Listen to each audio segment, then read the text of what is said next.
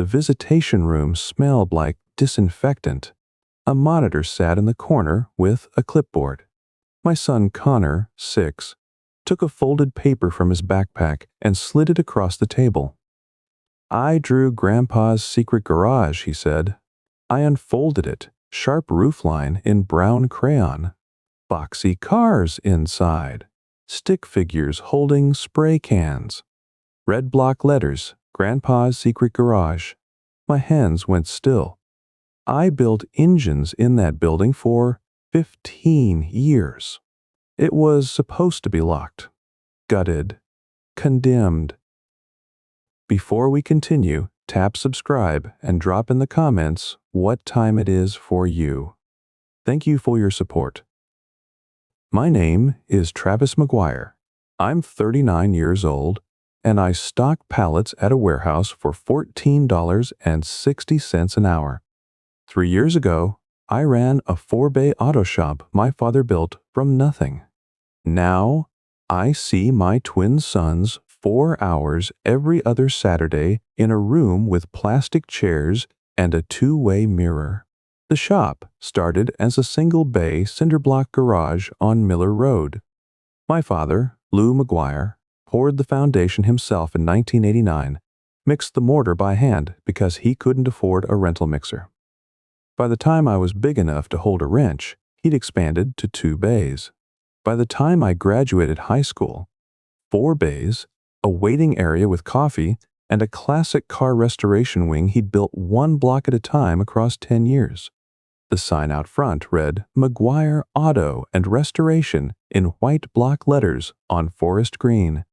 Lou painted it himself on a Saturday morning while I sat on an overturned bucket eating a peanut butter sandwich. That sign was the first thing you saw coming into town from the east. Lou never advertised. Word of mouth carried the business for 30 years. Farmers brought their trucks. Teachers brought their sedans. The fire chief brought the department's fleet for state inspection because Lou was the only mechanic in the county who wouldn't sign off on a bad brake line. I grew up on that shop floor.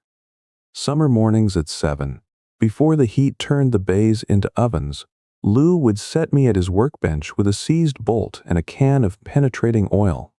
"Don't muscle it," he'd say, not looking up from whatever he was diagnosing. "The bolt's not fighting you. It's stuck." Different thing. Stuck has a solution. Fighting means you're doing it wrong. I learned to read a wiring diagram before I could read cursive. Learned to time an ignition by ear.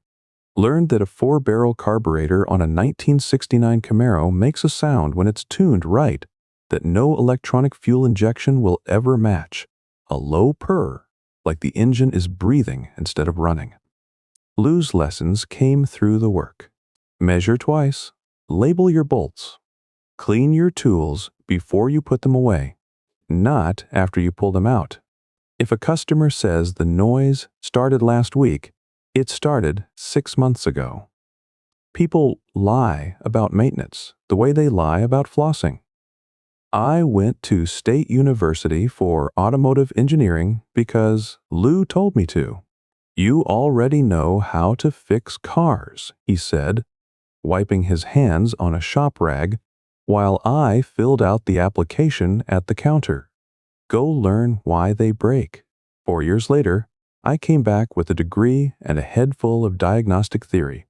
Lou had 0 interest in my coursework. "Can you still pull a head gasket?" He asked my first morning back. "Yes, sir, Bay 3. Civic, overheating." That was my hiring interview. We worked side by side 6 days a week after that. Lou handled restoration, Mustangs and Bel Airs that customers shipped from 3 states away.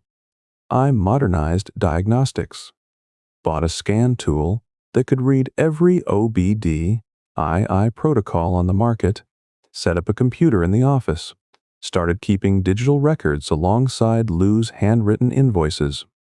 He never stopped writing his paper receipts. 2 systems running side by side.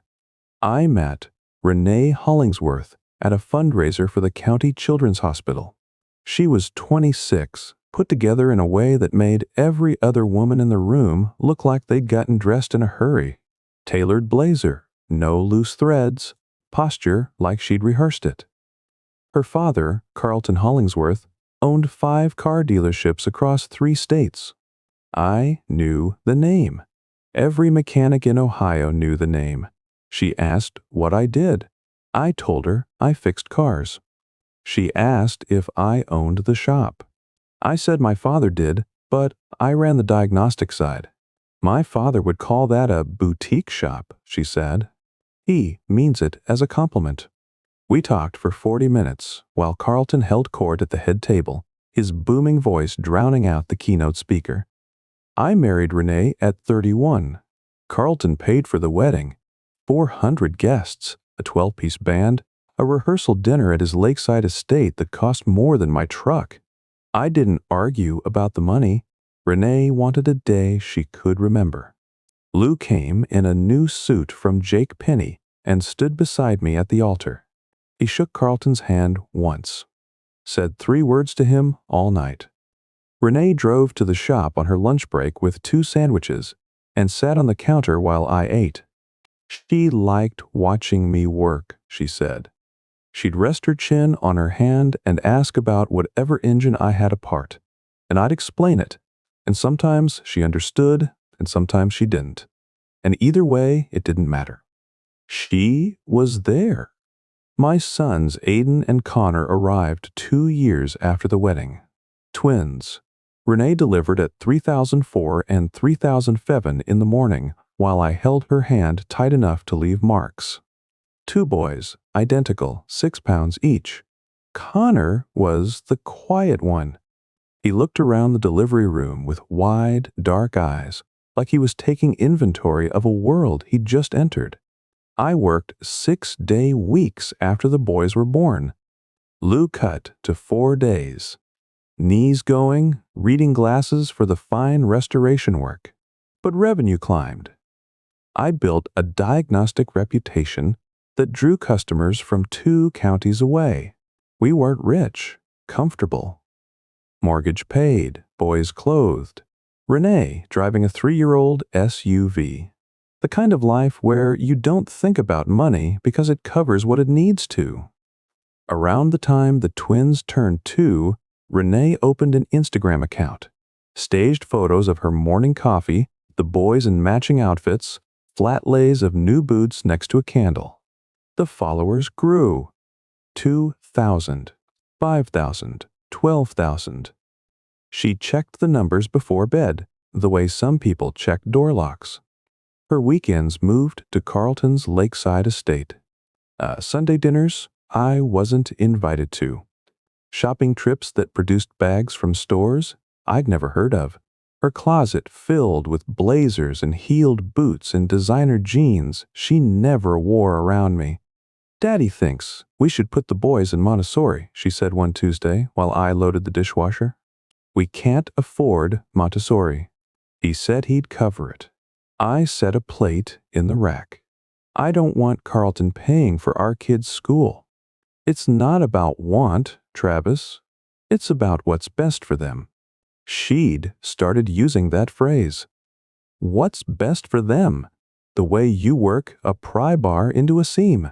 Slow pressure until something separates. I let it go. I let a lot of things go. Carlton's money crept into our house through new furniture, new drapes, a credit card he gave Renee for emergencies that she used for everything but. I'd come home from 12 hours under a lift and find delivery boxes stacked on the porch. But the boys. Saturday mornings, I'd strap them into the double stroller and walk to the park 4 blocks from our house. Connor drew everything he saw. Dogs, mailboxes, the water tower, my truck. Aiden grabbed my index finger at the start of each walk and didn't let go until we were back at the front door. I built a swing set in the backyard over 3 weekends, sanding every edge twice because I couldn't stop thinking about splinters in their palms. Lou's red snap-on toolbox sat in Bay 1, same spot it had occupied for 27 years. 5 feet tall, 14 drawers, candy apple red, 400 pounds loaded. Inside, alongside precision wrenches and torque adapters collected over 3 decades, sat 3 spiral-bound notebooks. I'd watched him write in them 1,000 times, between jobs, during lunch, sometimes at 6 in the morning before anyone else arrived. VIN decoding charts for every manufacturer. Flood damage indicators, water lines inside door panels, mineral deposits on seat rail channels, corrosion patterns on wiring connectors that didn't match a vehicle's age. A section titled Red Flags, cataloging fraud techniques he'd spotted doing pre-purchase inspections.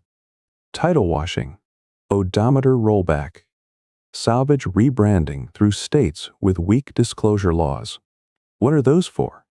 I asked him once, watching him log an entry after inspecting a suspect trade-in. Lou didn't look up. Insurance. Against what? Against not seeing what's right in front of you. The notebooks went back in the top left drawer. I never opened them again. Not for another 3 years. The shop ran clean. Our customers were local.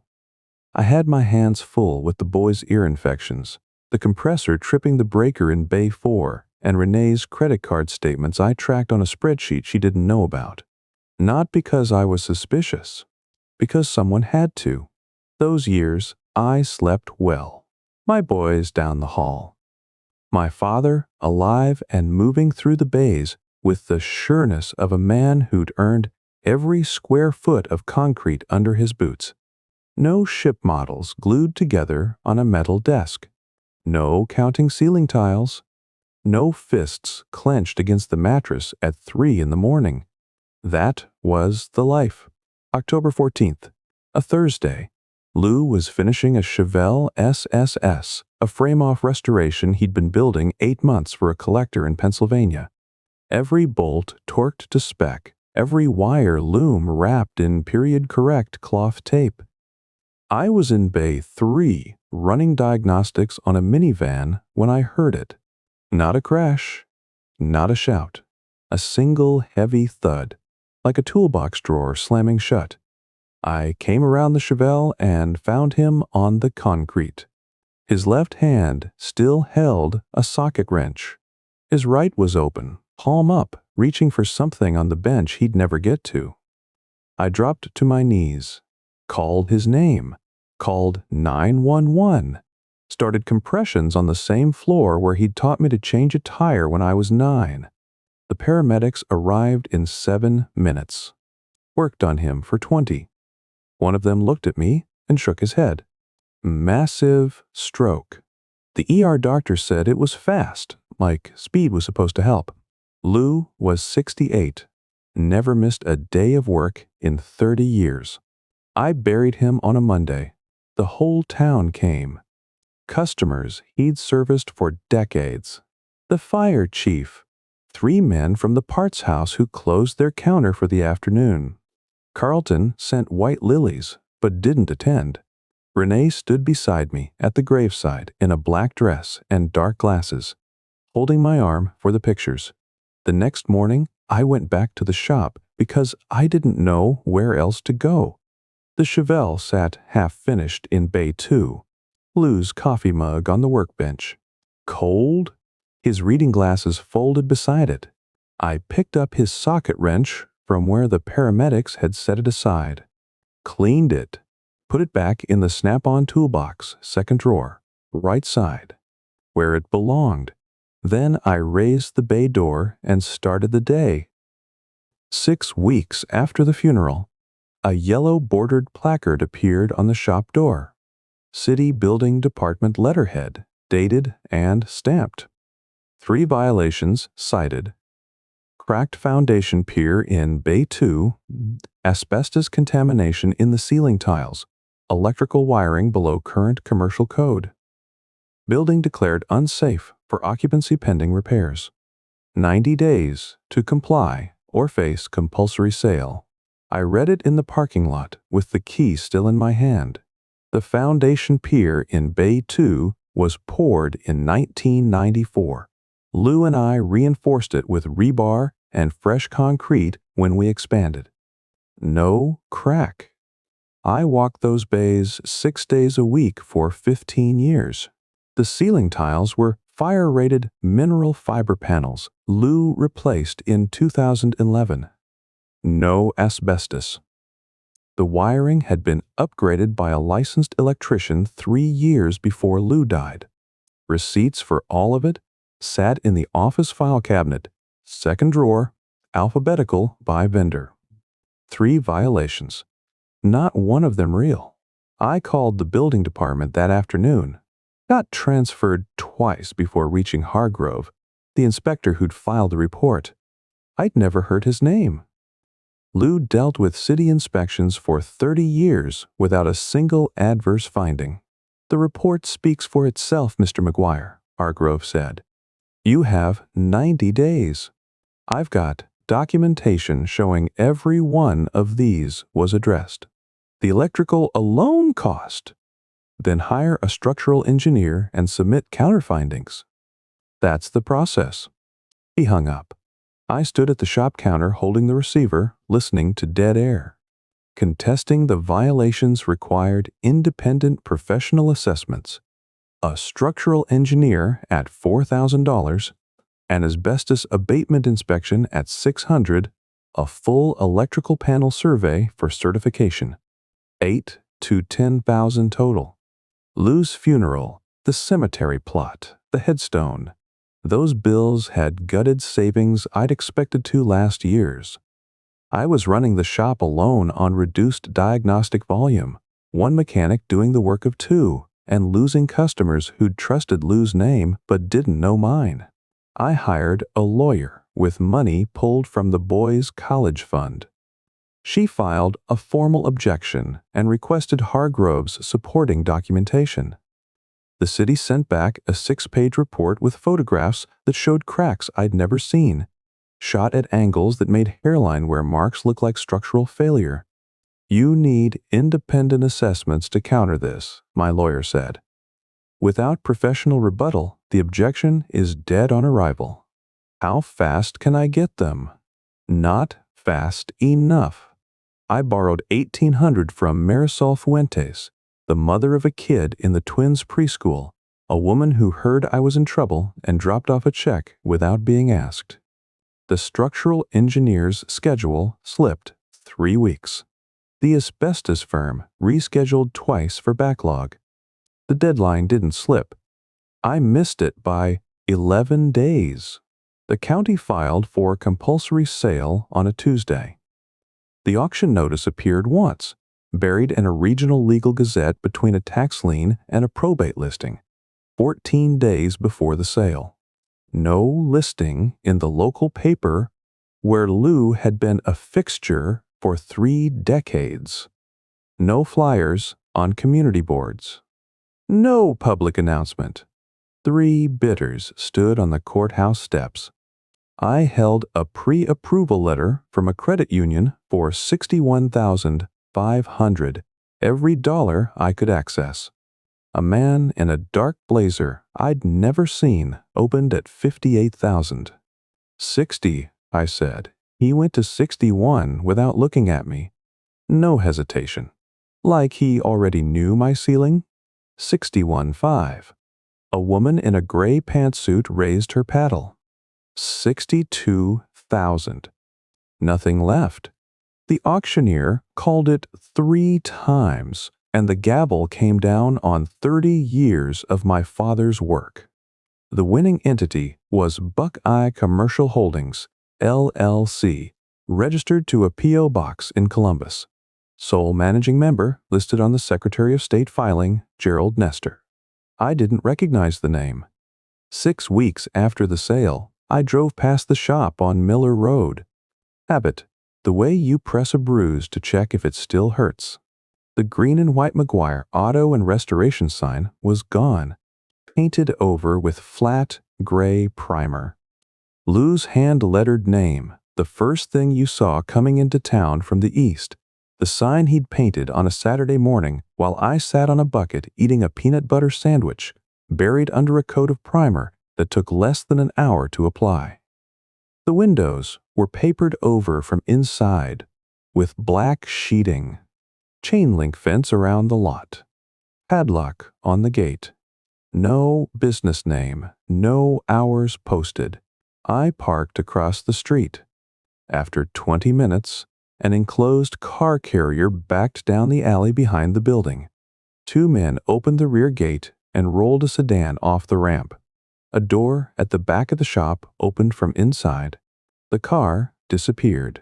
The door closed. 90 seconds. The building that raised me was being used for something its new owners didn't want seen. I pulled property records the next Monday at the county recorder's office. Gerald Nestor appeared in one other public filing as the listed accountant for Hollingsworth Motors Group. Carlton's accountant owned the shell company. The shell company owned my father's shop. I checked the formation date on the LLC. Buckeye Commercial Holdings was registered 11 days before Hargrove filed the condemnation order. The shell company existed before the violations were written. Carlton didn't see an opportunity after the condemnation. He built the condemnation to build the opportunity. I sat in my truck in the recorder's parking lot with the printout on my lap. No money for a new lawyer. No documentation to disprove a corrupt inspection I'd already missed the deadline on. No political weight against a man whose name sat on the hospital wing and the high school scoreboard. I had a stack of property records and a truth nobody would believe coming from a mechanic who'd just lost his shop. The marriage came apart on its own schedule. Renee moved her pillow to the guest room on a Wednesday. "The boys are wearing me out," she said from the doorway. "I need real sleep." That door didn't open again. Her weekends at Carlton's Lakeside estate went from Sunday dinners to full stays. Friday departures, Monday returns. The boys went with her. I stayed home, sending resumes to every garage and dealership within 50 miles. A garage owner in Millfield offered me bay time on a Thursday. By Friday, he called back and said he'd filled the position. His voice said the rest. The things Renee used to overlook became targets. 15 years of mechanical work stains the skin. It lives in the creases of your knuckles, under the cuticles, in places soap can't reach. She used to hold my hands across the table at restaurants. "You should wear gloves," she said one evening, pulling her fingers away from mine. She told her friend Melissa on the phone, loud enough for me to hear from the kitchen, that she was worried about the boy's future, that she'd married someone with potential and ended up with someone who couldn't even get hired. I didn't say anything. Stood at the counter holding a glass of water while her voice carried through the wall. At Carlton's sister's house for Sunday dinner, someone asked what I was doing for work. Renee studied her wine glass and said nothing. The barbecue came in late August. Carlton's Lakeside patio, stone pavers, professional grill, the lake flat and green behind the screened porch, charcoal smoke and bourbon in the air.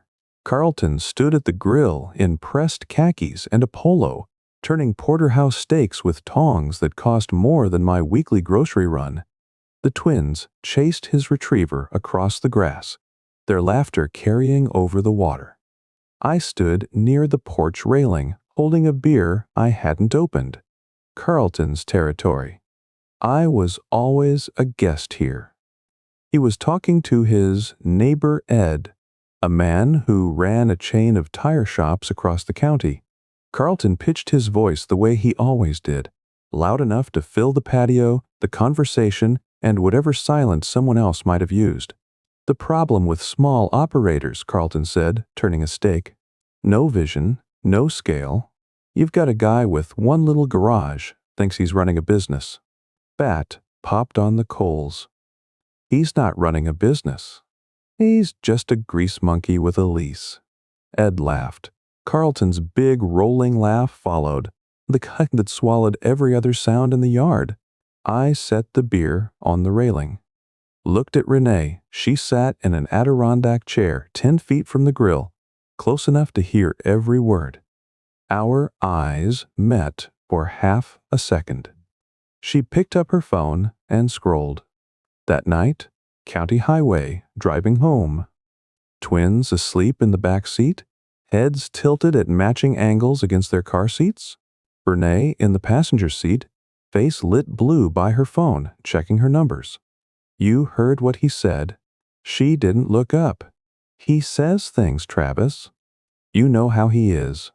He called me a grease monkey in front of his friends, while I stood right there.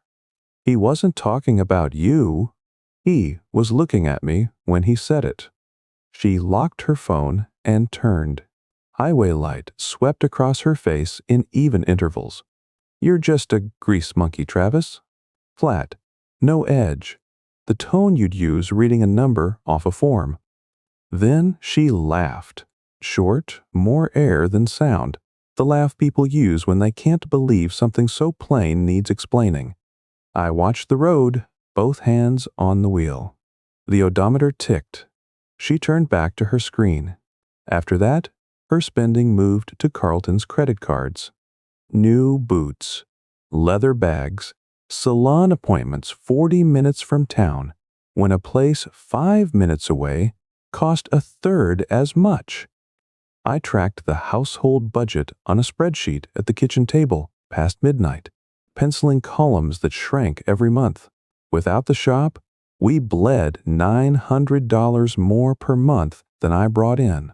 I took the overnight shift at Midwest Premium Warehouse, 11 to 7, stocking pallets on a stand-up forklift under fluorescent strips that buzzed all night. $14.60 an hour, no benefits. Marisol Fuentes ran the night crew. The same woman who'd lent me $1,800 for the structural engineer. A single mother who'd raised 3 kids on warehouse wages. She handed me a pallet jack my first shift and pointed to aisle 14. No interview, no questions about the gap in my resume. Mornings I came home at 7:30 to find Renee loading the boys into her SUV. They need new winter coats, she said one morning, keys in her hand. I budgeted for it. Daddy ordered them. Matching Patagonia. Thursday delivery. The front door closed. I stood in the hallway in steel-toed boots, lunchbox in hand, the kitchen table behind me still covered with last night's numbers. I wasn't losing my marriage. I was being removed from it, expense by expense, door by door, weekend by weekend. Carlton's money filled every space I used to occupy. His lake house replaced our backyard. His credit cards replaced my paycheck. I kept running the spreadsheet, kept looking for the number that would close the gap. Thanksgiving. Carlton's dining room. A chandelier threw light across a mahogany table set for 9 with his late wife's hand-painted china. Roses on cream porcelain brought out twice a year. Candles in silver holders. Crystal stemware. A roasted turkey on a platter. Carlton carved himself, angling the blade with the self-awareness of a man who knows the room is watching. The twins sat at a smaller table near the window. Aiden arranged green beans into a fence. Connor drew on the back of his placemat. I wore a clean button-down and pressed khakis. My best clothes.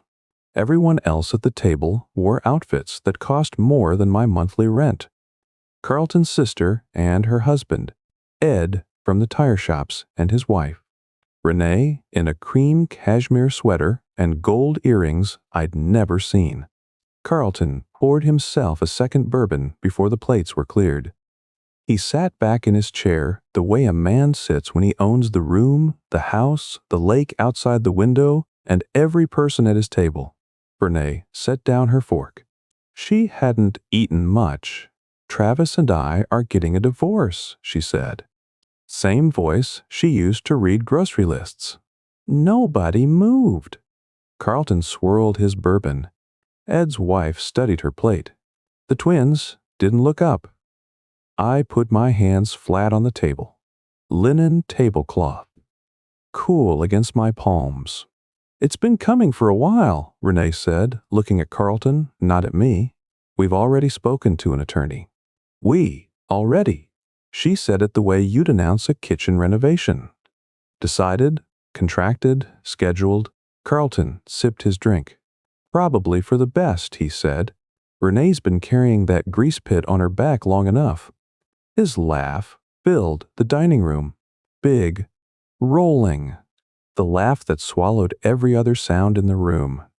He turned to me. Don't take it personal, son. Renee needed more than a 4-bay garage could give her. That's not your fault.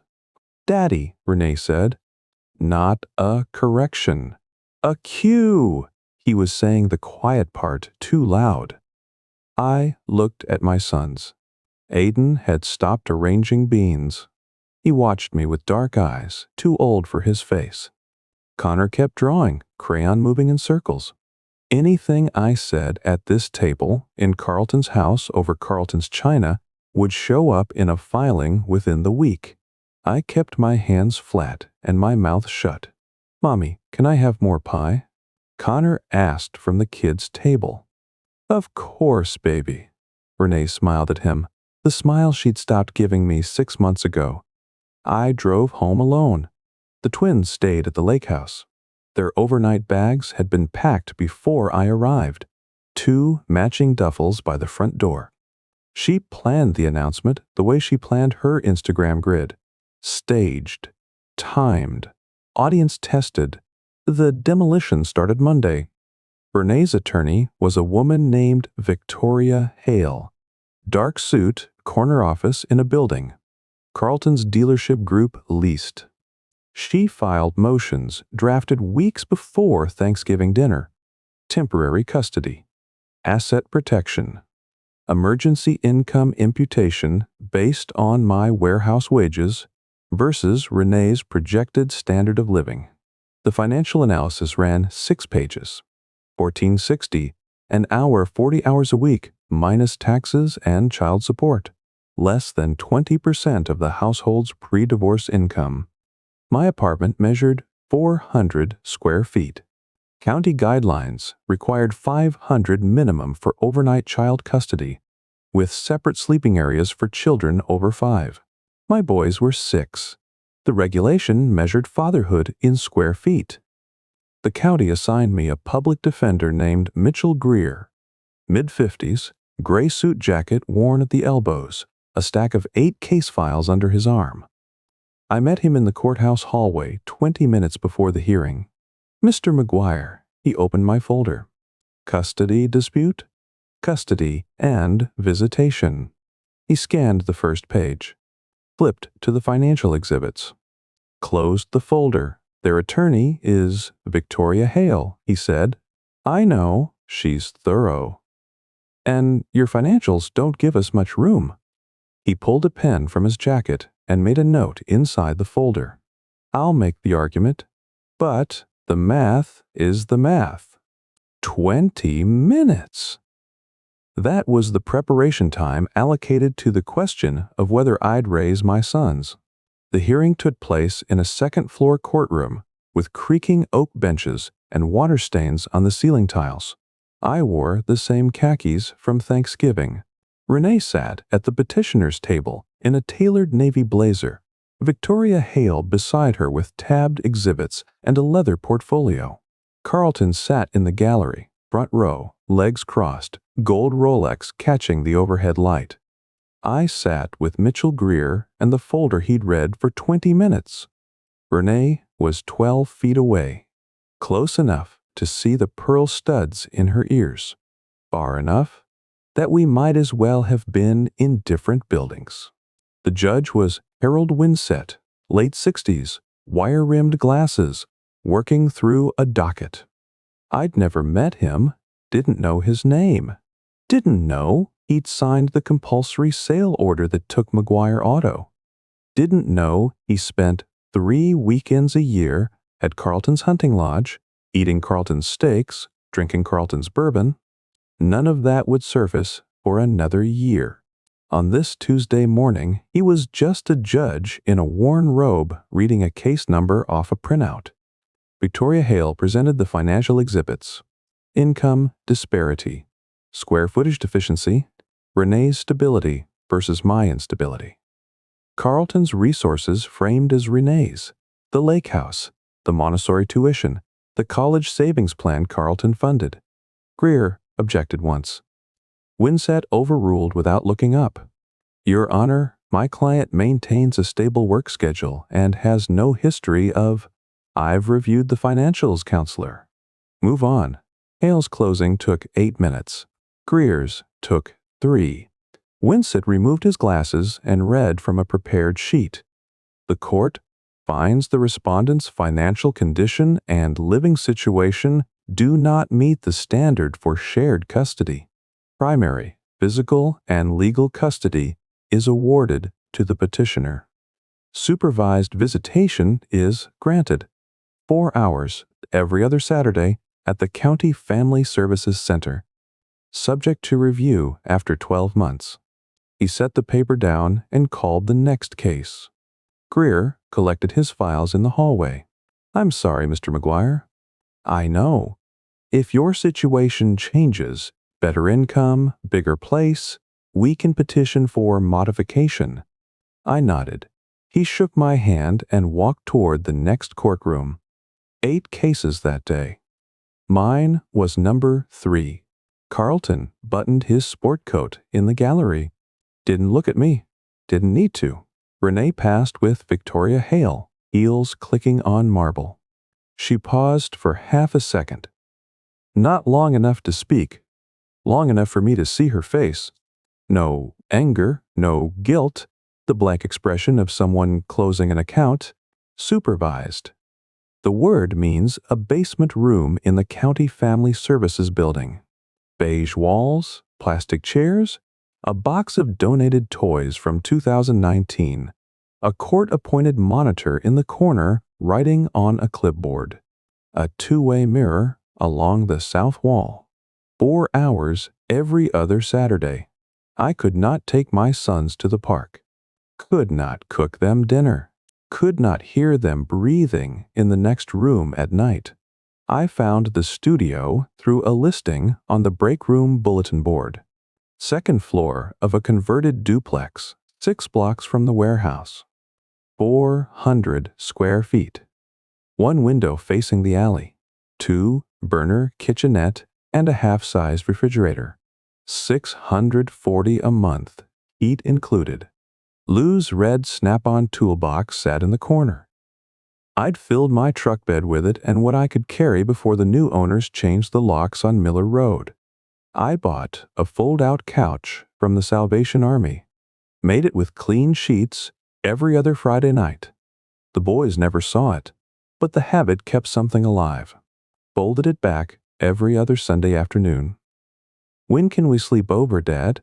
Aidan asked during the 2nd visit, kicking his sneakers against the plastic chair at the Visitation Center. Soon, I said. He accepted that. He was 6. The words still worked. The first week, I brought their drawings home and taped them to the wall above the couch. By month's end, drawings covered every surface. Stick figure families, lopsided houses, dogs with too many legs, trucks with square wheels, blue painter's tape in neat rows, a gallery built from construction paper and wax crayons because I couldn't build it from anything else. 3rd week, sleep stopped coming. 4 in the morning, off shift, hands opening and closing against the sheets with nothing to hold. I started building ship models in bottles. Found a kit at the thrift store for $3. A schooner with balsa wood parts and thread rigging. The first one took 9 nights. The mast sat crooked, and the hull seams showed glue. But the work left no room for anything else. Tiny pieces, steady hands, tweezers, razor blade, the bottleneck just wide enough if you collapsed the masts and pulled the rigging threads at the right angle. 7 completed models sat on the metal desk by the window by the 3rd month. The work got better. The sleep didn't. Marisol never mentioned custody, but my Saturday gap appeared on every schedule she posted. 4 hours blocked without explanation.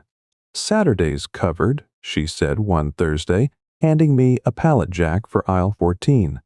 I didn't ask. I know. She walked away. That was the whole conversation. $14.60 an hour. No benefits. Enough for rent, child support, and gas to the visitation center. The concrete floor of the warehouse never warmed. Breath hung visible under the fluorescent strips until the forklifts ran long enough to raise the air temperature 2 or 3 degrees. Steel-toed boots on concrete for 8 hours, the shock running through my wrists every time a pallet hit the rack. Stacking cleaning supplies and canned vegetables while my sons slept 20 minutes away in rooms I'd never seen. 3 months of this. Warehouse, studio, visitation center. 3 points on a shrinking map. People I'd known for years crossed the street at the grocery store. Carlton's version of my life. The shop lost, the marriage lost, the warehouse job had become the town's version. No money for a lawyer. No leverage.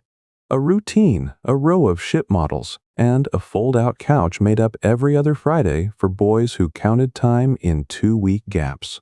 During visits, I tracked what I missed. Aiden had lost a front tooth. I saw the empty space on a Saturday 2 weeks after it fell out. Connor had started writing his name in careful block letters. Their world moved at full speed. Mine got a 4-hour window every 14 days. Then the letter arrived. Renee's attorney filed a relocation petition. Carlton was expanding to Dayton, a 6th dealership.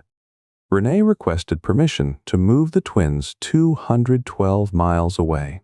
My visitation would drop to 1 weekend per month. 1 weekend. 30 days between seeing my sons. Connor would stop bringing drawings. Aiden would stop reaching for my hand.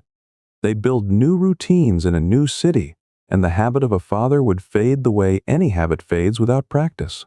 21 days until the hearing. I sat at my kitchen table with the petition spread open, ship models lined up on the desk, drawings on every wall. 3 in the morning. The refrigerator compressor cycled on, and the apartment hummed around me. Then Saturday came. The visitation center. Scuffed linoleum, the monitor in her corner with a clipboard. Aiden rolled a donated truck across the floor. Connor took a folded paper from his backpack and slid it across the table. I drew Grandpa's secret garage, he said. I unfolded it. Brown crayon roofline. Peaked, angular, a shape I'd watched my father build and worked beneath for 15 years. Boxy cars lined up inside. Stick figures with spray cans in their hands. Red block letters across the top, Grandpa's secret garage. My hands went still. That building was condemned. Locked. Black sheeting over the windows. Chain link fence. Padlock on the gate. No child should know what was inside it. Connor watched me, 6 years old, proud of his work, waiting for me to tell him it was good. Where did you see this, buddy? Grandpa Carlton took us. It's a secret. I folded the drawing and put it in my jacket pocket. The monitor wrote on her clipboard, not watching. 21 days. And my dead father's notebooks sat in a red toolbox in the corner of my apartment. I pinned Connor's drawing to the wall above the kitchen counter with 2 strips of blue tape. Stood back. The roofline was right. That steep peak loo designed because flat commercial roofing leaked in Ohio winters. Connor had caught the proportions from memory. 6 years old, and he'd drawn a building I'd walked into 6,000 times with the accuracy of a blueprint. The boxy shapes inside were cars. The stick figures held spray cans. Red block letters across the top. A building that was supposed to be condemned and empty, and my son had sketched what was happening inside it. 21 days until the relocation hearing. I started that night. I went to Lou's red snap-on toolbox in the corner of the apartment. The top left drawer stuck on its track the way it always had. Lift and angle 15 degrees, a trick Lou showed me when I was 12. The 3 spiral notebooks sat where he'd left them, stacked under a set of feeler gauges. Wire-bound, college-ruled black covers. His handwriting, small and hard enough to leave grooves in the paper, filled every page. I opened the first notebook at the kitchen table at 4 in the morning, boots still on, lunchbox on the counter behind me. The first 30 pages were VIN decoding charts. Every manufacturer, model year by model year, broken down across the 17-character string. Position 1, country of origin. Positions 4 through 8, engine, body style, restraint system. Position 9, the check digit, a mathematical proof built into every VIN to catch alterations. Position 11, assembly plant. Lou had underlined this one in red ink and written in the margin, if the plant code doesn't match the title state, ask why. The next section covered flood damage. 40 pages of indicators organized by vehicle system.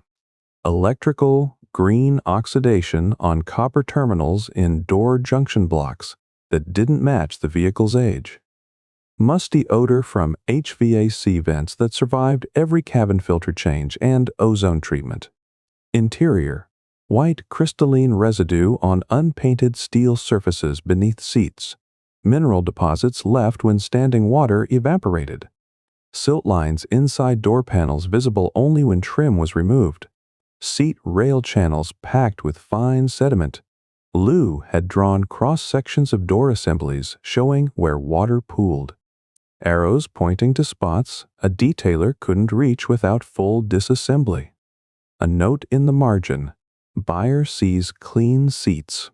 Mechanic sees corroded rail bolts. Always check the bolts. The third section was titled Red Flags. Title washing. Re-registering a salvage-branded vehicle in a state with weak disclosure laws to get a clean title. Louisiana totals a car after a hurricane. Buyer gets it at salvage auction. Registers it in Kentucky. No salvage brand transfer. Clean title issued. Vehicle sold at near market value to a buyer who never sees the flood history. Lou had documented 6 variations.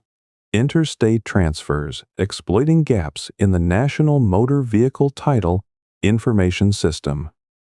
Odometer rollbacks using OBD II diagnostic tools. VIN cloning, taking the identity of a clean vehicle and stamping it onto a damaged one. I read all 3 notebooks in 2 sittings, 12 hours total, every page. The information wasn't new. I'd studied automotive fraud in my engineering coursework, but Lou's notes weren't academic. They were field observations from a man who'd inspected thousands of vehicles over 30 years, written in the plain language of someone who'd caught the tricks with his own hands. I closed the last notebook and looked at Connor's drawing on the wall. Spray cans. Cars lined up inside. A building that was supposed to be empty. The next night, between my warehouse shift and the sleep that never came, I sat at the kitchen table with my laptop and opened the Hollingsworth Motors website. 5 dealerships. Each location listed its inventory, make, model, year, mileage, price, and below each listing, a 17-character VIN. I started with the flagship lot. Scrolled through 112 entries. Wrote down every VIN for sedans priced between $8,000 and $22,000, the range where buyers financed through the dealership and ran the fewest background checks. 23 sedans matched. NMVTIS access cost $4 per lookup through a public provider. I ran the first 5 at the kitchen table with cold coffee and Lou's notebooks open beside me. The first 2 came back clean. Ohio titles matching Ohio registrations. The third stopped me. A 2020 Nissan Altima on Carlton's Dayton lot. 31,000 miles, clean Ohio title. NMVTIS showed the same VIN registered in Louisiana 18 months earlier. Branded flood. Damaged after Hurricane Ida. Total loss. The vehicle was bought at a Copart salvage auction in Baton Rouge for $3,200. Next title event, clean registration in Kentucky. No salvage brand transferred. Then, Ohio, clean. Louisiana to Kentucky to Ohio. 3 states, 2 washes. The flood brand vanished between Baton Rouge and Carlton's showroom floor. The fourth, a 2019 Toyota Camry, same pattern. Louisiana, flood salvage, Kentucky transfer, Ohio clean title. The fifth, a 2021 Hyundai Sonata, same route. The assembly plant codes in positions 10 and 11 didn't match Ohio production origins. These cars were built, flooded, totaled, and brought back to life through paperwork. 3 out of 5. Title state didn't match salvage origin. That's not a clerical error. That's a pipeline. I worked through the remaining 18 over 3 nights. 9 more carried washed titles from Gulf Coast salvage auctions. 12 out of 23, over half Carlton's mid-range sedan inventory on a single lot. 5 dealerships. 15 to 20 vehicles per month.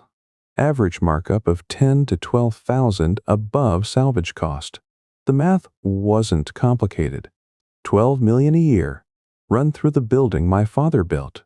On my next night off, I drove to Miller Road at 11. Parked on the cross street behind the public alley. Municipal right-of-way, no trespass issue. I'd seen the carriers before, months ago, when I first drove past after the sale. This time, I brought my phone and Lou's training. The loading door was cracked 3 inches. Yellow light leaked through. High bay sodium lamps I'd replaced twice during my years in that building. At 11:40, an enclosed car carrier backed down the alley. 2 men opened the rear ramp and rolled 3 vehicles off. A sedan, a compact SUV, a mid-sized truck.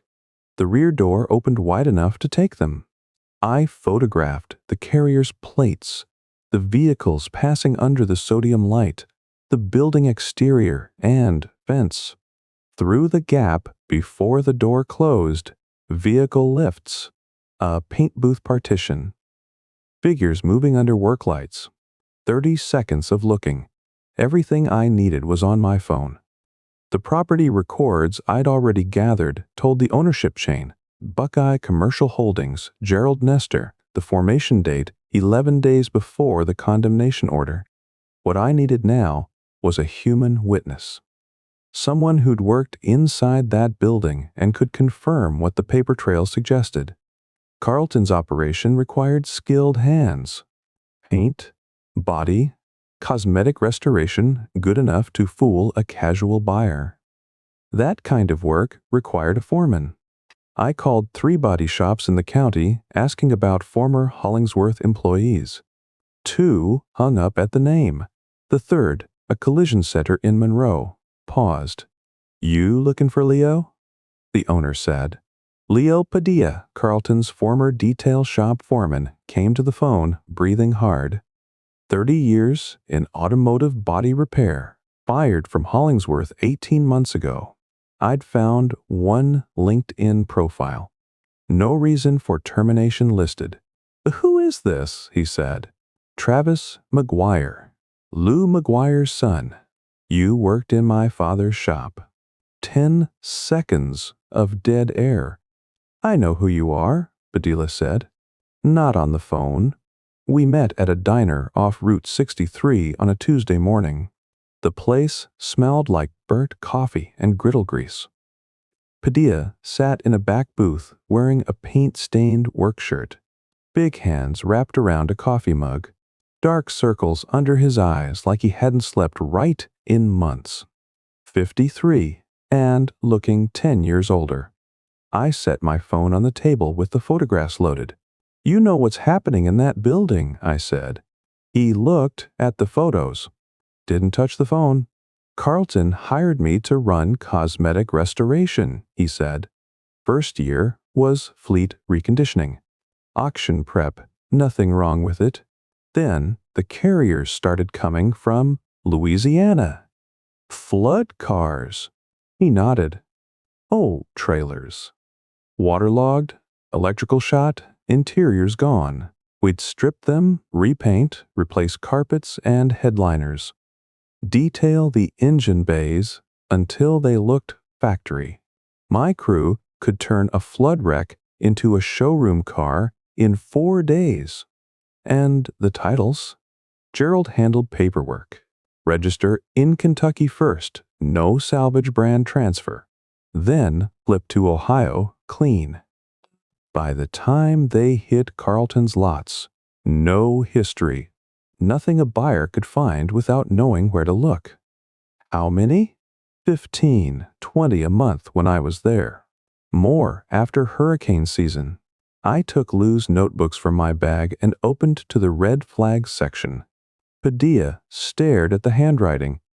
Blue knew, he said. He documented the techniques. Never knew Carlton was running them. Padilla pushed his coffee aside, hands flat on the table. I told Carlton I wouldn't wash salvage titles, he said. That's federal. Wire fraud, NMVTIS violations. That's prison, not a fine. He fired me the next morning. Told every shop owner in the county I was unreliable. 6 months before the Monroe place took a chance on me. I need you on record. His jaw tightened. Carlton has connections. Winsett, City Hall, half the county chamber. I go on record without protection. I lose everything. My house, my wife's job at the school district. He'll burn it down. What kind of protection? Legal? Federal? Something that says he can't touch me or my family. He picked up his coffee again. Hands steady, but his voice had dropped to half its volume. You get me that. I'll tell them everything. Names, vehicles, dates. I kept records of my own. I didn't push. The man's fear was earned. I left my phone number on a napkin and walked out. That night, I bought a 3-inch black 3-ring binder and tabbed dividers from the dollar store. 7 sections. Tab 1, Connor's crayon drawing in a plastic sheet protector. Grandpa's secret garage in red block letters. Page 1, Tab 2, Property Records. Buckeye Commercial Holdings, LLC, Gerald Nestor. Formation date versus condemnation date. 11 days. Tab 3, NMVTIS Vehicle History Reports. 12 flagged vehicles from one lot. VINs, title chains, salvage brands that vanished between states. Tab 4, Photographs. The building at night. The enclosed carrier. License plates. The loading door cracked open. Tab 5. Lose notebook pages. Photocopied at the library. Blood damage indicators. Title washing techniques. Red flags in his handwriting. Tab 6. Carlton's dealership listings. Screenshots with VINs highlighted. Prices. Mileage claims that didn't match salvage auction records. Tab 7. Empty. Reserved for Leo Padilla's testimony when he was ready to give it. I closed the binder and set it on the kitchen table. 3 weeks of overnight shifts, $4 database lookups, and a dead man's notebooks had built it. An amateur investigation assembled between midnight and sunrise by a warehouse worker with no legal standing, no funding, and no connections. But the numbers didn't lie. People did. I put the binder in my truck the next morning and drove to Columbus. The Consumer Protection Division of the State Attorney General's office occupied half a floor of a limestone building 3 blocks from the Capitol. 7 names on the directory taped to the wall. I told the intake clerk I had documentation of automotive title fraud spanning 3 states and handed her the binder. 40 minutes on a plastic chair. Then, a woman came through the security door carrying the binder open in her arms. Mid-30s, dark hair pulled back tight, reading glasses pushed up on her forehead, gray blazer over a wrinkled blouse. Dara Pennington, Consumer Protection Investigator. Who assembled this? She held up the binder. I did. You're not law enforcement. Automotive engineer. The shop being used as the detail facility belonged to my father. She glanced at the first tab, Connor's crayon drawing in its plastic sleeve, then back at me. Come with me. Her office was 10 by 10 with case files stacked on every flat surface and a window facing a parking garage. She cleared a chair, set the binder on her desk, and told me to start from the beginning. I gave her the short version. Condemnation, shell company, auction, the drawing, BIN, lookups, and what they showed. She turned pages as I spoke, stopping on the NMVTIS printouts with the title chains highlighted. Her index finger traced the Louisiana to Kentucky to Ohio path on 3 consecutive vehicles. She pulled the Property Records tab and compared the Buckeye Commercial Holdings formation date against the condemnation order. 11 days apart. She stared at that number for a long time. She spread the NMVTIS printouts across her desk. 12 flagged vehicles from a single lot. Title chains jumping between 3 states, shedding their salvage brands at each border. This isn't property theft, she said. This is federal fraud running through the building they stole. I know what it is. Then you know my 7-person division can't touch it. 3 state lines, NMVTIS violations at this scale. That's federal jurisdiction. Can you get it there? She picked up her phone. I know who to call. I drove back that night and worked my shift. Stocked pallets in aisle 14 until 7 in the morning. The binder sat in Pennington's office in Columbus, doing work I couldn't do from a forklift. Some problems you solve with your hands.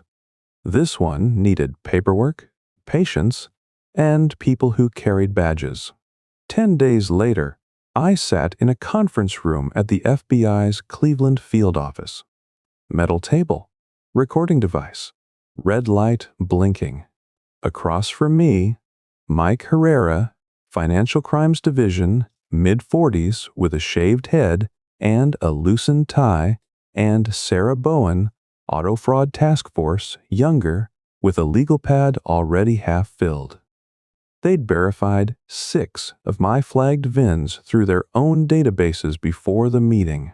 Their preliminary estimate put the operation's annual revenue above $12 million, past the federal prosecution threshold by a wide margin. Documentation is solid, Herrera said, turning pages. But documentation and prosecution are two different animals. We need physical evidence on the vehicles and a witness inside the operation. I have both. I opened Lou's notebooks and walked them through the flood damage markers Lou documented over 30 years of hands-on inspection work. Water lines in wiring harnesses behind dash panels, invisible from the driver's seat, visible in 30 seconds with a trim tool. Mineral deposits on unpainted steel beneath seat rails where standing water evaporated and left crystalline residue. Corrosion patterns on connectors that aged 6 years in vehicles built 18 months ago. These exist right now on vehicles sitting on Carlton's lots, I said. Pull 3 sedans from the mid-range inventory. Remove the seats. The evidence is underneath. Herrera leaned back. I'd given him something his databases couldn't. A mechanic's training that knew what to look for under showroom polish. Bowen wrote without looking up. And the witness? Leo Padilla, former detail shop foreman. Fired for refusing to wash salvage titles. He has records, vehicles, dates, direct instructions from Carlton. He needs federal protection before he goes on record. Herrera looked at Bowen. She nodded. We can arrange that, he said. I called Padilla from the parking lot. They're offering federal witness protection, I said. Full immunity for cooperation. They want to meet you Thursday. 5 seconds of his breathing on the line. I'll be there. Padilla's testimony ran 4 hours at the same metal table. He brought his own records, a manila envelope of photocopied title documents, handwritten vehicle logs, and photographs from his phone, taken before Carlton fired him. 3 years of evidence a foreman kept because he knew the operation was wrong, even while his paycheck depended on running it. He laid out the detail shop's process with a foreman's precision. Specific VINs, title documents he'd handled, dates when Carlton walked through and gave verbal instructions on which vehicles to process. He named Gerald Nestor as the paperwork handler, named the salvage auction buyers working under assumed business names, named the transport company running enclosed carriers after dark. Carlton told me the titles were legal, Padilla said. First 6 months, I believed him. Then I pulled a seat rail on a Camry and found half an inch of river silt packed in the channel. Clean Ohio title. 32,000 miles. I watched my crew strip that car to bare metal. It came off a trailer from Baton Rouge with water lines to the dash. 2 weeks after the deposition, the FBI obtained federal search warrants for 2 locations, the detail shop on Miller Road and Carlton's Lakeside estate. My lawyer filed an emergency motion to stay the relocation hearing, citing the pending federal criminal investigation into Carlton Hollingsworth. The court granted a 60-day continuance. 21 days had become 81. Not a victory, a pause, but it kept my sons in the same county while the warrants did their work. They gave me the date of the raid, not the time. Civilians don't get operational details. But they told me where to be and where not to be. I parked on the cross street behind the public alley at 6:40 in the morning. Engine off, coffee in the cup holder. The building that raised me sat 100 yards away.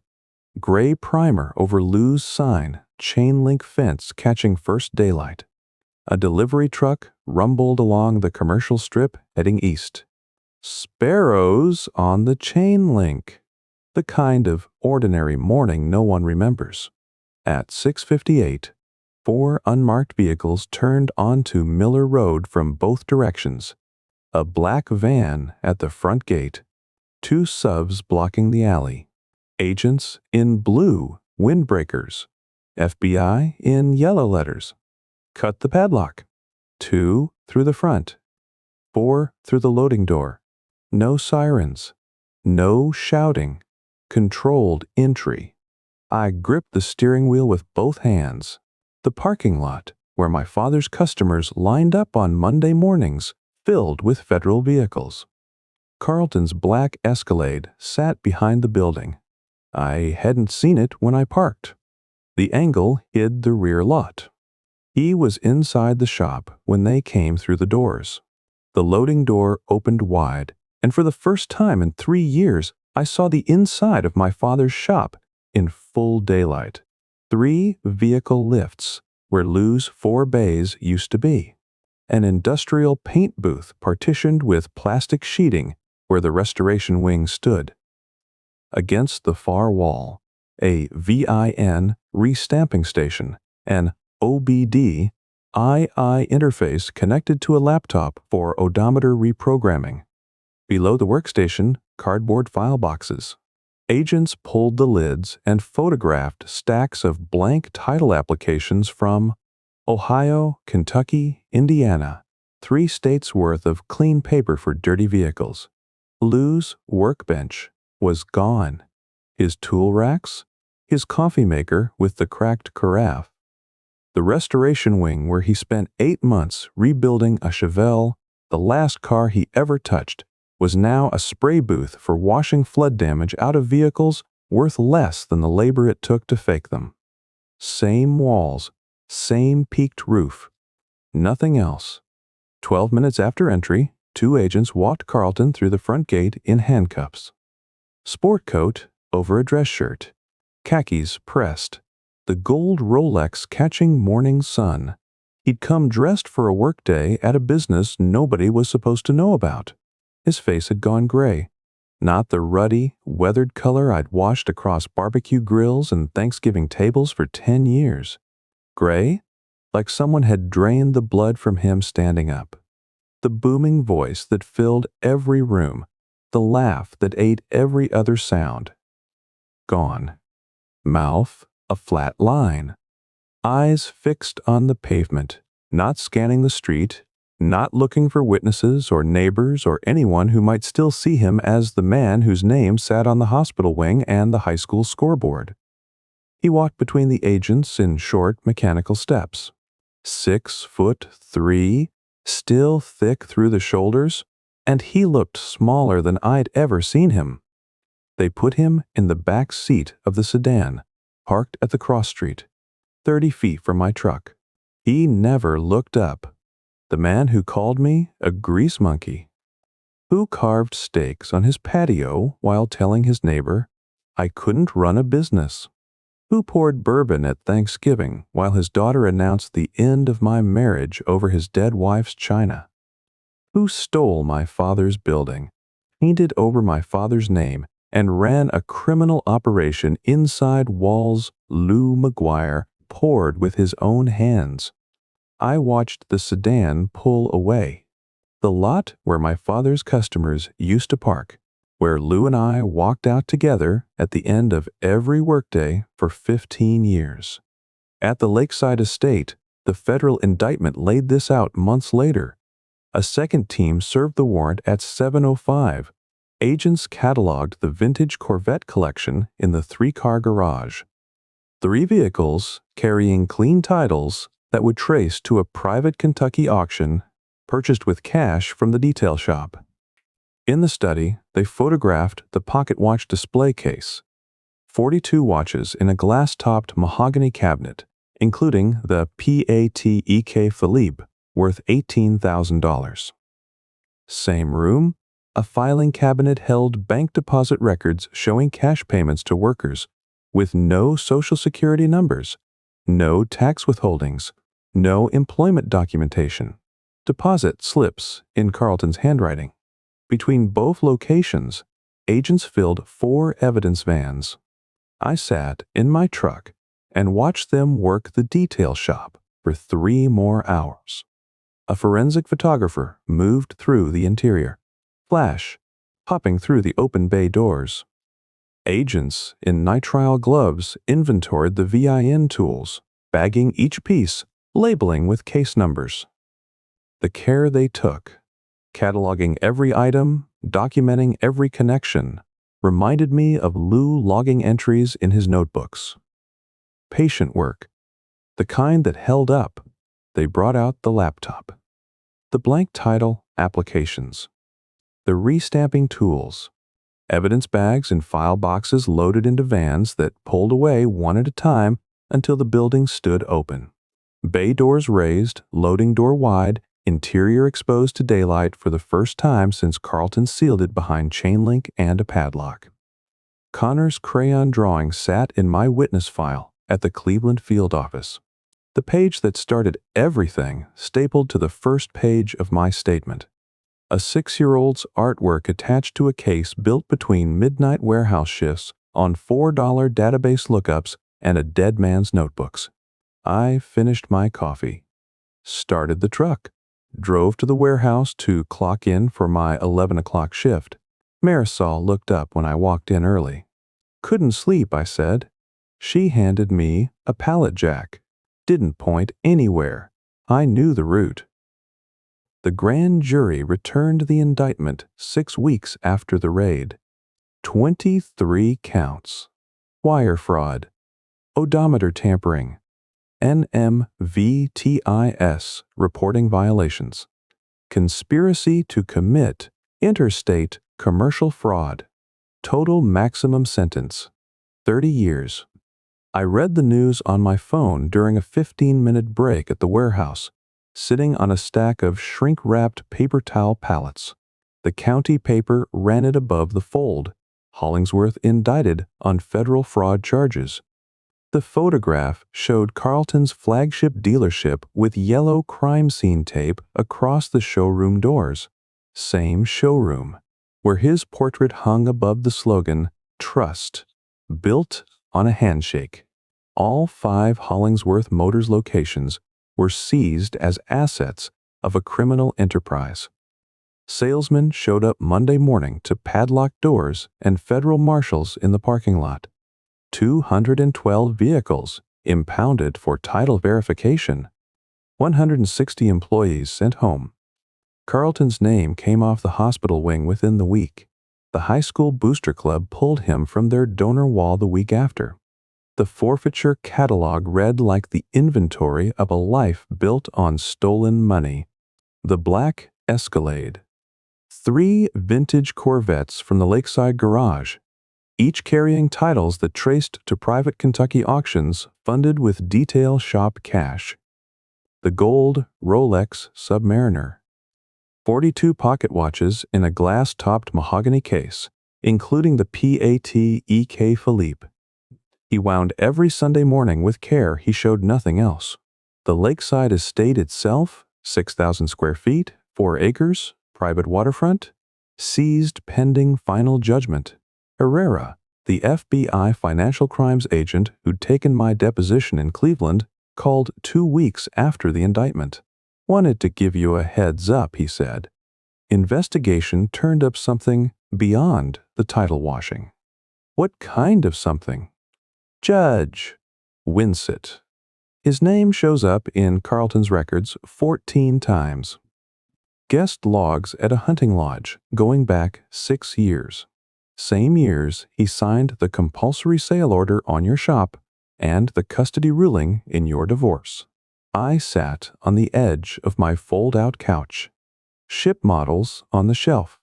Drawings on every wall. 14 visits, I said. Documented. Lodge guest book. Credit card receipts for gas and meals on matching dates. We've referred it to the State Board of Professional Conduct. Canons 2 and 3. Impartiality and disqualification. A judge can't rule on matters involving someone he spends weekends with. He signed both orders, the condemnation and the custody. Both are being vacated. Full reassignment to an independent judge. I hung up, sat there. A truck downshifted on the main road outside. The refrigerator clicked on. Normal sounds in a life that hadn't been normal for 3 years. I set the phone on the desk beside the ship models. Slept 4 hours straight. Winsett was suspended 3 days later. One paragraph on the state judiciary website. No press conference. No statement. The man who measured my fatherhood in square footage and signed away my sons in a hearing that lasted less than an hour, removed from the bench with less ceremony than it took to file the order that put him there. The replacement was Judge Patricia Okafor, transferred in from Franklin County. No ties to Carlton's network, no hunting lodge history, no favors owed. My new attorney, Diane Hartwell, a family law specialist from a legal aid clinic Marisol's cousin had found, filed an emergency motion for custody modification within 48 hours. We met in her office the morning of the hearing. Small room shared with 2 other attorneys, case files in cardboard bankers' boxes stacked along the walls. The fabricated condemnation is confirmed, Diane said, sorting papers into a folder. Federal Building Inspection found 0 code violations. 0. The shell company timeline proves the seizure was premeditated. And Winsett's suspension speaks for itself. What are our chances? She looked up. If I walked into court with half of this, I'd be confident. With all of it, the question isn't whether custody changes. It's how fast. The hearing was Thursday morning. Same limestone courthouse, different courtroom. 3rd floor instead of 2nd. No water stains on this ceiling. Judge Okafor's bench was arranged the way Lou kept his workbench. Everything in place, nothing extra. Diane laid the case out in 30 minutes. The condemnation report, fabricated, now proven by federal inspection. The shell company, formed 11 days before the violations were filed. The auction, suppressed notice, token competing bid, property sold at 1/3 of value. The financial destruction that followed, engineered to strip me of the income and housing the original court required for custody. Then she presented 18 months of employment records from Midwest Premium. No missed shifts. Every supervised visit attended. Every child support payment on time, $14.60 an hour, and not a single obligation dropped. Renee sat at the respondent's table. Not with Victoria Hale. Hale had withdrawn the week Carlton's money stopped flowing. Her new attorney, a man I'd never seen, spoke for 4 minutes. He offered no rebuttal to the condemnation evidence. Didn't mention Carlton. Didn't mention Winsett. The case file in front of him was thin enough to fold in half. Renee wore a plain navy blouse. No gold earrings, no cashmere. She kept her hands in her lap and watched the table surface while testimony she couldn't contest filled the courtroom. Judge Okafor removed her glasses and set them on the bench. The court finds that the original custody determination was issued under circumstances that compromise its integrity. I pressed my palms flat on the table. The financial conditions cited in the prior ruling resulted from criminal activity by a party with documented influence over the presiding judge. She folded her hands. Full physical and legal custody of the minor children is awarded to the father. I gripped the table edge. Supervised visitation for the mother to be scheduled through family services. Same building, different courtroom, different judge. Opposite result. I walked out into April sunlight and sat in my truck for 20 minutes. Engine off, both hands on the wheel. The paper in my jacket pocket said I could take my sons home, not to a beige room with plastic chairs and a monitor with a clipboard. Home. Renee's life came apart in the order Carlton had built it. The Montessori tuition stopped. The credit cards he'd given her were frozen in the asset seizure. The ones she'd used for salon appointments and designer boots and weekends I was never part of. The Lakeside estate, her backdrop for 12,000 Instagram followers, was locked behind federal marshals and a seal she couldn't break. Her account went dark on a Wednesday. No farewell post, No explanation. The profile showed a blank avatar and zero content. 12,000 followers, watching an empty page. She called on a Friday evening. First direct contact in 2 years. I let it ring 3 times. Travis! Her voice came through thin, the vowels clipped short. We need to talk about the boys. My attorney handles visitation scheduling. I don't mean lawyers. I mean us, working something out. There's nothing to work out. 3 seconds of silence. Her breathing, shallow, held tight. Daddy can't help me anymore, she said. The accounts are frozen. Victoria dropped me. I can't afford to fight this. I'm not asking you to fight anything. The order is clear. Please, can we just sit down and... Visitation goes through family services. Your attorney has the details. I ended the call, set the phone on the kitchen table, looked at the drawings covering every wall. Stick figure families, lopsided houses, trucks with square wheels. 14 months of 4-hour visits in a supervised room. Every drawing came home with me, taped in neat rows with blue painter's tape. That part was over now. The federal case grew through spring and summer. Prosecutors identified over 400 individual fraud victims across Ohio, Kentucky, and Indiana. Buyers who'd financed flood-damaged vehicles through Carlton's in-house lending at rates above 20%. Families who trusted a handshake and a clean title. Cars that seized up within a year from hidden water damage. Loans that kept charging interest long after the engines quit. Leo Padilla's testimony formed the prosecution's spine. 4 hours of recorded deposition. His own records, vehicle logs, photographed title documents, dates, and direct instructions. He named the auction buyers, named the transport routes, named Carlton's verbal orders, vehicle by vehicle, month by month.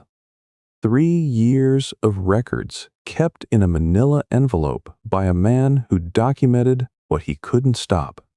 The trial lasted 9 days. I attended 3. The shifts Marisol moved so I could sit in the gallery. On the 4th day of prosecution testimony, I took a bench in the federal courthouse in Cleveland.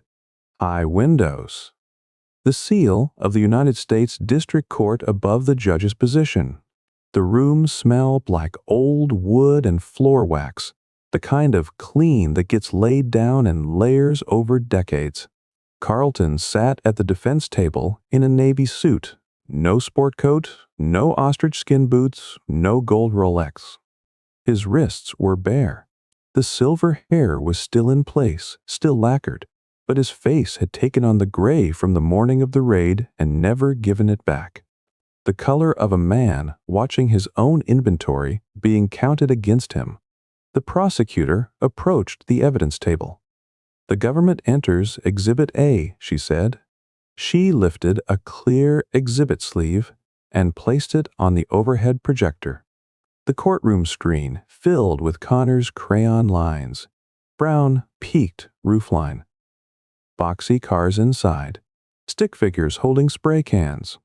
Red block letters across the top. Grandpa's secret garage. Carlton's attorney objected. The judge overruled. Carlton's eyes fixed on the screen. A 6-year-old's artwork. The building one grandfather built with his own hands. The operation the other grandfather ran inside it. The hands that wound 42 pocket watches every Sunday morning sat flat on the defense table. The mouth that filled every room. The laugh that swallowed every other sound. A thin line pressed white. Every room Carlton entered had belonged to him. The grill, the dining table, the showroom floor. He filled them with noise and weight and the certainty that every surface existed for his use. Now the room belonged to the court. The prosecutor's voice. the clerk's keyboard. The seal above the bench. Carlton was just another item on the docket, waiting to be processed. The drawing stayed on the screen for 11 seconds. Brown, crayon, roofline. Red block letters. I sat with my hands open on the gallery bench, palms down against worn oak, and let the image hold. Still invested? Hit like and rate my story from 1 to 10 in the comments. Tell me why. I read them all. Carlton got 30 years. The judge read the sentence on a Tuesday while I was changing brake pads on a Tacoma in my new shop. Carrera, FBI financial crimes. Left a voicemail. I found it during lunch. The shop was a 2-bay lease off Henderson Avenue, 8 blocks from the old Miller Road location. Half the size of what Lou built. No restoration wing. No waiting area with coffee. A cinder block rectangle with a roll-up door, an air compressor I bought used, and a sign I painted myself on a Saturday morning while the twins ate peanut butter sandwiches on an overturned bucket. Maguire, Auto, and Restoration. White block letters on forest green. Diagnostic customers found me before the sign went up. Lou's red Snap-on toolbox sat against the back wall, same spot it always occupied. Bay side, within arm's reach of the lift. 400 pounds of precision tools and 3 spiral notebooks that dismantled a $12 million fraud operation. I'd considered keeping the notebooks somewhere safe. A bank box. A locked drawer. I put them back in the top left drawer under the feeler gauges, where Lou kept them. Where they belonged.